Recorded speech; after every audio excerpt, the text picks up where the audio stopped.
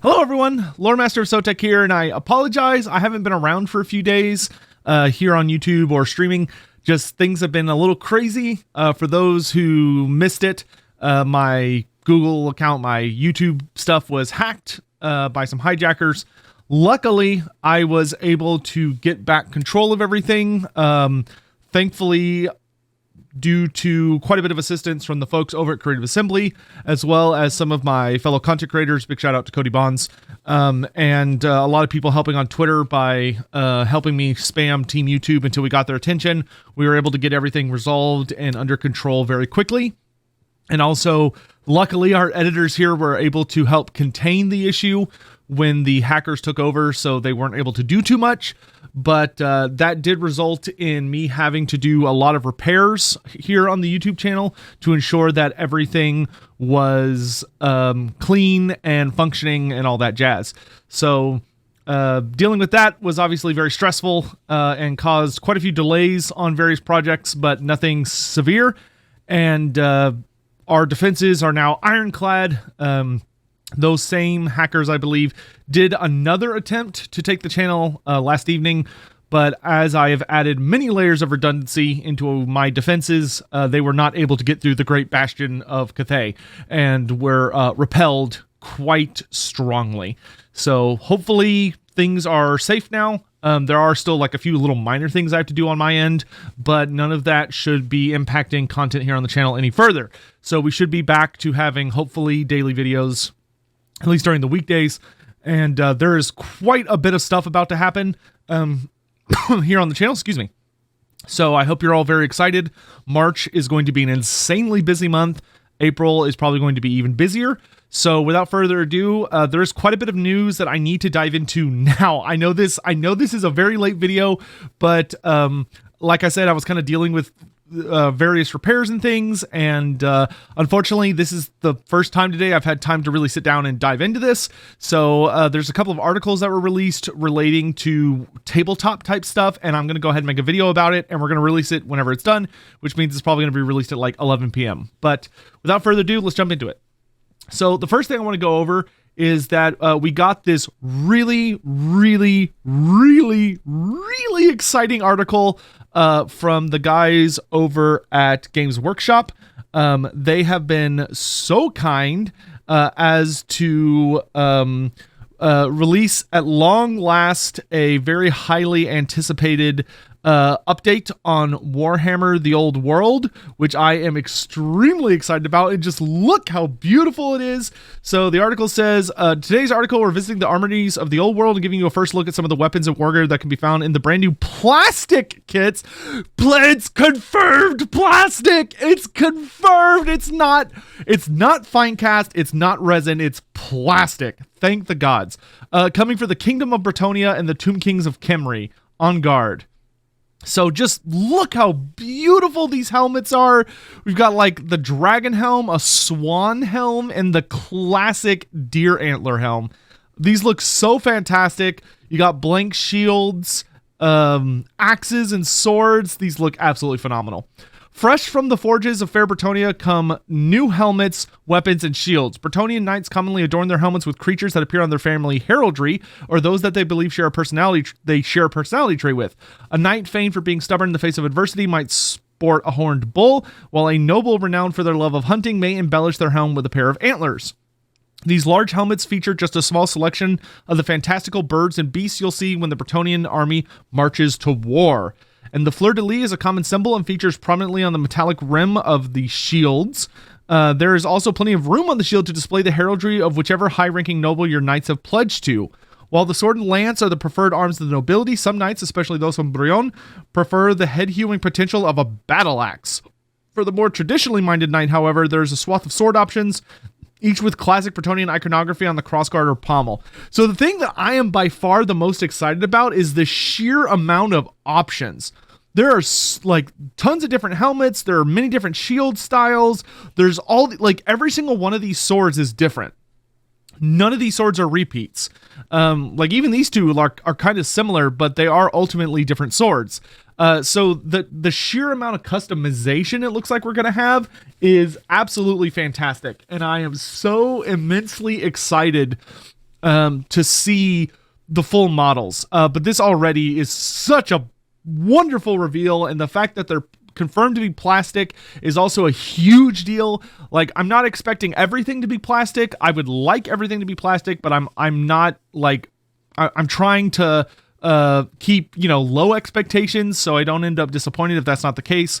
There's still a chance that special characters and monsters might be resin, but the fact that we're getting at least plastic units is extremely exciting. And then, oh my god, look at the Tomb King stuff.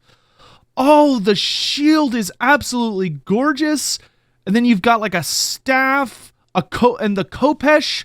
Oh my god, these look so good. And you got like a trident, or I don't know if this would be considered a trident or like a fanged spear, but like, oh, the skull mace. Oh, look, the handle. So you see the hand here, but you can see the handle itself is another blade. You got scorpions and various kinds of beetles and scarabs. Oh my god, this looks amazing. The Tomb Kings and Lich Priests have always carried weapons and artifacts of exquisite quality and artifice. First up is an ornate spear with wings projecting out from the shaft, a feature designed to prevent an impaled victim from sliding too far down the blade. Above the spear is a spiked flail decorated with the symbol of a scarab towards the bottom of the handle, a common icon in Kimry and in Numus known as the Scarab City in particular. The large bladed halberd. Oh, okay, so this is a halberd. Damn, that is large bladed halberd, I think, is an understatement. That is a huge ass blade for a halberd. The large bladed halberd and curved Khopesh are signature weapons, each capable of slicing through armor, flesh, and bone with long sweeping blows. Weapons such as these have claimed an untold number of lives in the name of Setra the Imperishable and the eternal glory of Nehekhara. Alongside these is a ceremonial staff decorated with skulls and bones held in the grip of a mummified hand. When the Lich Priests harness their magic to control the vast legions of the undead, they rely upon these arcane staffs and icons to channel their macabre magic more effectively, reducing the risk of the fickle winds of magic acting against the caster's witches. So this is absolutely amazing. This is probably the juiciest reveal that we have had for the old world, at least in a really long time. And it looks phenomenal. I'm assuming because of like how fancy these weapons are that these are Tomb Guard. The Khopesh is so crazy. Like every inch of this thing is a weapon. Like literally the hilt is the only safe space. You got these like small blades above and below the hilt, so you could stab like backwards. You could like slam the pommel into someone and stab them, or pull it back and stab them. And then, of course, it's such a unique design. That is a very badass looking sword. I'm assuming that this is going to be like Tomb Guard stuff, and then the spear I imagine is going to be for chariots. Though of course we'll have to see. But this looks absolutely amazing. The shield design is so intricate. I cannot wait to see the full Tomb Kings themselves. The Tomb Kings are definitely one of those armies that some of their models are really iconic, especially their the constructs, like the War Sphinxes, the various like Sepulchral Stalkers and the Necropolis Knights and all those guys. But none of the skeletons really aged super well. There was a very specific like dumpy design that Games Workshop used for skeletons. And it took a really long time, honestly, for Games Workshop, I think, to get to the point where they could make skeletons that looked really good. We have reached that point. The Age of Sigmar skeletons look absolutely phenomenal, but those are like fairly recent. They're only like 2 or 3 years old at this point. So I am very excited to see the actual Tomb Kings. But this looks incredible. I think this was the best thing they could have done. Bretonnia and Tomb Kings, as far as I'm concerned, and if you disagree with me, you're just wrong, but that's okay. But Bretonnia and Tomb Kings are the biggest factions coming into the old world. I think they are by far the headliners, and they are by far the most anticipated factions, because they are the only 2 OG Warhammer Fantasy factions who do not have a descendant in Age of Sigmar. So they have been completely and truly dead for, I don't even know how many years it's been now. Like, it's been like, what, like a decade? Oh God, I think it actually has, I think it's been maybe a tiny bit less, but it's been a long time. So I am extremely excited to see like the full minis. Personally, I really hope, I know Chapter Master Valrak did a rumor video on this, but I really hope the rumor's true that they're going to be opening the old world with a Khemri versus Bretonnia battle set, so that it comes with like both of their armies, because I really think these two are the headliners. Don't get me wrong, I'm very excited for Grand Cathay, I'm very excited for Kislev, I'm very excited for all the different like Chaos God stuff, and of course the Return of the Empire, and the High Elves, and the Dark Elves, and the Lizardmen, and the Greenskin. Like, I'm excited for everything, but these two have been truly lost to us for all these years. And the fact that they are finally, the Bretonnians are coming charging out of the mists of time, and the Tomb Kings are rising from the sands once more after so many years is just, it does things to my heart. And I'm so excited for this article. But we don't have time to linger on this. We must continue. So, next up, we've got two extremely exciting announcements from Cubicle 7. First, the more minor of them is that we have the next book coming out for Warhammer Fantasy Roleplay revealed, which is that it's Ubersreich Adventures 3. So the Ubersreich Adventures book, they're very, very good. I highly recommend them, especially to new GMs. What they basically are, their names are kind of misleading, but the Ubersreich Adventure books are basically, Cubicle 7 likes to release like one-shot adventures. So like my brain is always like, oh, short stories, but no, one shot is the more proper term. So they're very, very short little self-contained adventures that are meant to be slotted, either done as a one shot, with people like you're introducing to the game, or you just want to do like a fun little thing, or alternatively, they are designed to kind of be inserted into larger adventures, and you kind of are able to kind of toss them in and mix things up. So like a really good example of this is that I believe it's from the Ubersreich Adventures 2 book. There is an adventure called The Slaughter at Spettelfeld, and I use that in my campaign that I'm running right now. I'm running an Enemy Within campaign, which you should totally check out. It's on my secondary channel, Game Master of Sotek, but I also live stream it. Our next session is this upcoming Friday, for those who are interested, but I use the Slaughter at Spittlefeld as kind of the initiating incident to like get my players together and allow them to like get to know one another and deal with their first bad guy and all that stuff. So like that was a really good way to begin their adventure in Mindenheim, and then I slowly but surely, built up to leading them down towards starting the actual Enemy Within story. But in any event, so these books collect a series of those short. I always say that, a series of these one-shots together into a singular book, which makes it really easy to read through all of them, and it's very nicely organized, and more importantly, it gives you a physical copy, because all of the one-shots are only sold as PDFs normally, so these put them into physical format.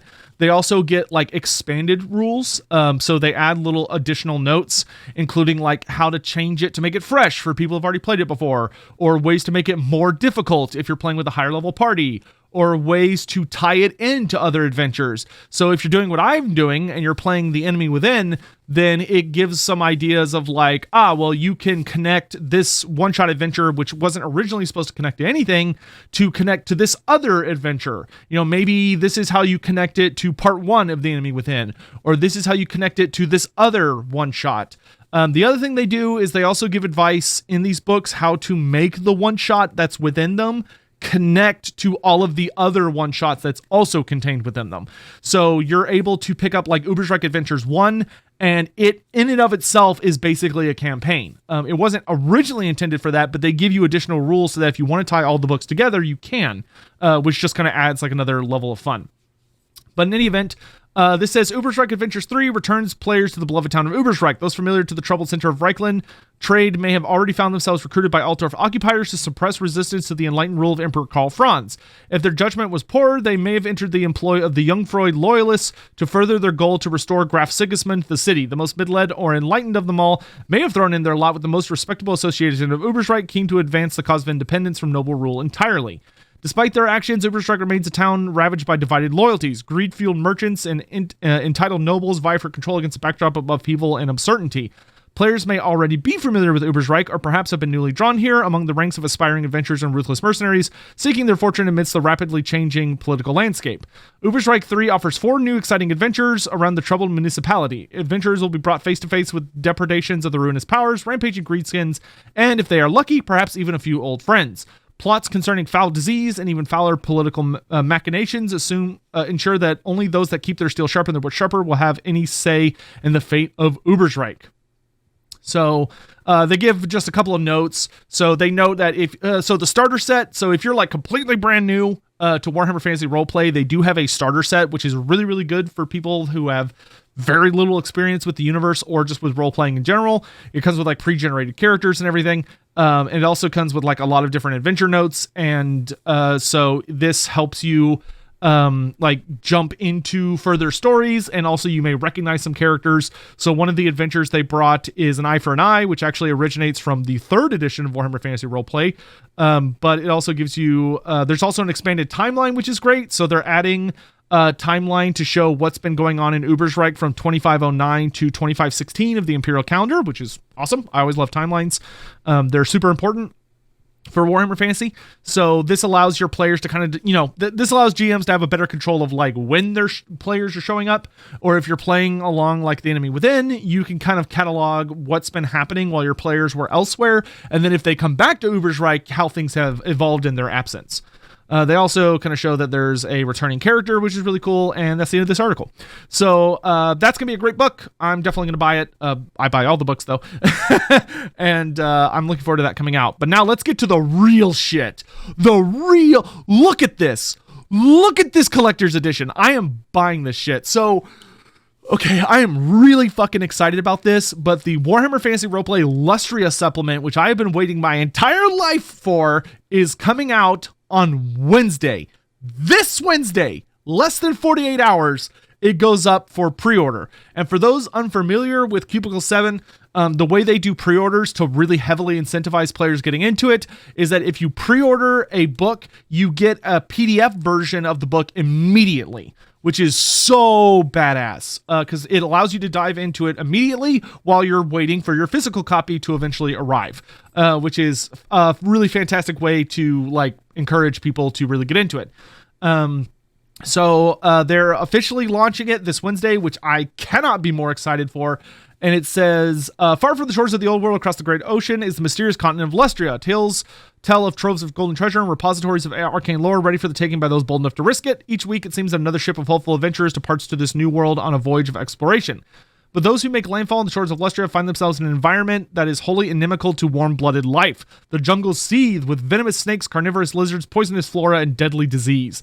The few precarious settlements that cling to the coast around the ire of Lustria's oldest inhabitants, the lizardmen, who sally forth from their temple cities to destroy all who encroach on their territory. The book contains all that players and GMs of Warhammer Fantasy Roleplay will need to set their adventures on the mysterious continent of Lustria. The book contains articles on the following. First, the history of Lustria, from the coming of the enigmatic Old Ones and the height of lizardman civilization to the present day, when the plans of the Old Ones are disputed by those who seek to carry them out, and younger warm-blooded species seek to rob Lustria of its wealth. Second, the great temple city of Tlaxlan, which is the city of the moon, where Tetto'eko is from, fun fact, home to a multitude of lizardmen and center of devotions to the impassive and unshakable Old One Tlaxcotl, which is so exciting. So we're going to get like a detailed dive in on Tlaxcotl, the Old One, who is very cool. He's probably one of the more mysterious of like the big Old Ones. So there are 6 really big ones. You have Tzunki, who's kind of like the Old One associated with like water and like rivers and lakes and water features. You have Sotek, who is the Old One associated with the sun. Tlaxcotl, the impassive. Tepok, the inscrutable. Obviously, you've got Sotek, who's not technically an Old One. He's a different thing. So getting back to the Old Ones, the other ones are Hanchi, the Jaguar God, who's very heavily associated with like the wild beasts with sneaky ambushing beasts and shadows. And then Itzel, who is the god, who is the horned one, the tri-horned one, and he's the Lord of Beasts and enables those who wish to command the beasts of Lustria. So those are kind of like the big boys. There are, of course, numerous old ones outside of them, but they are kind of like the core big man. And we know a surprising amount about like Sotek. We know fairly decent little tidbits about Hanchi. But other than that, it starts to kind of fall apart pretty quickly. Tetto'eko, we've gotten some bits of because a lot of Slaane's stuff talks about Tetto'eko because he was very big in teaching the Slaane how to deal with the winds of magic. And he's kind of considered like the most magical of the old ones. There is another old one that's associated with him who's not as significant. And then you have Tlatzcoatl, who like we know very little about. So the fact that he's going to be getting a very hardcore focus, I am extremely excited about, because he has the Lizardmen really turned to him to like kind of resist their more primal like urges and a lot of the like instincts that they have. They look to him to deal with, a lot of emotions and other things like that. So I'm really excited to see this particular old one. I think he's like I would say it's between him and Tetto'eko as far as who is the most like interesting and the most mysterious. Then we get the ruined temple city of Quetzal, an old lair of the Skaven of Clan Pestilence that houses many terrible secrets and brooding plagues. So that's extremely exciting because A, we know Lord Skrulk is going to be there. It's already been confirmed. I already did a video on it. And B, this is not just any lair of Clan Pestilence. This is the lair. This is the origin point. This is ground zero for Clan Pestilence. This is where it all began. So Quetzal is the place. It is the Undercity where Clan Pestilence evolved into what we know it today. And I'm extremely excited to see what they're going to reveal. I really hope we're able to get a lot of insight into how Clan Pestilence views the Horned Rat, maybe how they kind of understand the differences between him and Nurgle, which we have some literature about that, but I would love more. And of course, how they try and explain like their new version of him as the bringer of plague, or the bringer of pestilence, I should say, as opposed to kind of the more typical god of ruination that most Skaven follow. Then we have Skeggi, a Norse foothold of raiders and traders to the north of Lustria, where adventurers may get rich quick, but more likely die trying. Very excited for that. The Citadel of Dawn, awesome, a High Elf fortress. So this is really exciting, I hope, for High Elf players, because they really haven't gotten anything. High Elf players have gotten little tidbits in Warhammer Fantasy Roleplay, but there's very little for them in the grand scheme of things. I think the most that High Elves have gotten was in the Sea of Claws supplement, because it included a pretty notable chapter on Marienburg, but it wasn't as in-depth as I would have liked. It's not nearly as in-depth as like the original Marienburg supplement from 1st edition Warhammer Fantasy Roleplay, but the 4th edition Sea of Claws, it's decent, and it does give some stuff for the High Elves, but it's more for the Sea Elves, who are the natives to Marienburg. So the Citadel of Dawn is going to be the first genuine feature on a High Elf fortress, and is also going to be very exciting because we're going to get to see one of the legendary citadels that rings around the southern hemisphere. Where you have like the Citadel of Dawn, the Citadel of Dusk, the Citadel of the Rising Sun, the Citadel of Stars. Like there's a whole bunch of them, but and they're all tied to like different times of day. Is kind of like the gimmick. But so it says a High Elf fortress and port on the Southern Cape, threatened by the ambitions of the notorious Lokir Felhard is in this book. Oh fuck, I actually did not know that. I had no idea they were doing Lokir Felhard in this book. Oh, the Blessed Dread is going to be in this book. Oh, dude, we're going to get oh my god, I really hope they're going to dive into his Black Arc. Like, I really feel like that should be a whole chapter on its own, but if the Citadel of Dawn chapter is about the Citadel of Dawn and the Blessed Dread, I am going to lose my fucking shit. I had no idea Lokir Felhard was going to be in this. Like, I felt very confident they were going to have a section on Dark Elves, because Dark Elves have virtually nothing right now in Warhammer Fantasy Roleplay. Even if you turn back to the older editions, like the Dark Elves show up very sparingly, and even when they do show up, it's very simple stuff. So the fact that the Dark Elves are getting a special character and it's fucking Fellheart, that is so awesome. I really hope that means he's going to have a profile. Presumably he will, because he would make an amazing nemesis for parties, or an amazing patron even for parties that are maybe not as like goody two shoes. And then the Vampire Coast, a marshy morass of mangrove swamp, within which Arch Commodore Luther Harkin holds his court of the undead and plots to expand his realm. Super fucking excited for that. You know, obviously the Vampire Coast has become significantly more important thanks to Total War Warhammer 2, when we got them as a playable faction. But I'm really excited to actually get like a extreme development on how Luther Harkin has designed his empire, as far as like how is his court function, like how does he rule over a court of pirates. You know, hopefully we're going to get like a really good focus on his different personalities, and also see kind of like how he runs his realm, and what his plans are. So he should be a lot of fun. And then great new rules for explorer careers, found, which there are 4, I believe, that have been revealed so far, or confirmed. So I think there's 4 new careers around explorers. There's then founding and managing a settlement. Very fucking exciting. Lizardmen of several different species, events and endeavors, parasitic diseases, monstrous creatures of the Lustrian jungle, and fully playable skink characters. Mwah! If anyone out there is like a career DM, or GM, and like, or like is very good at GMing this game and wants money, I will pay you to run a Lustria campaign for me and my friends. I'm going to need to like work on that, because I want to play a fucking skink. And right now, I don't really know any GMs that are looking for new players that are going to be playing Lustria, because I'm losing my shit over here.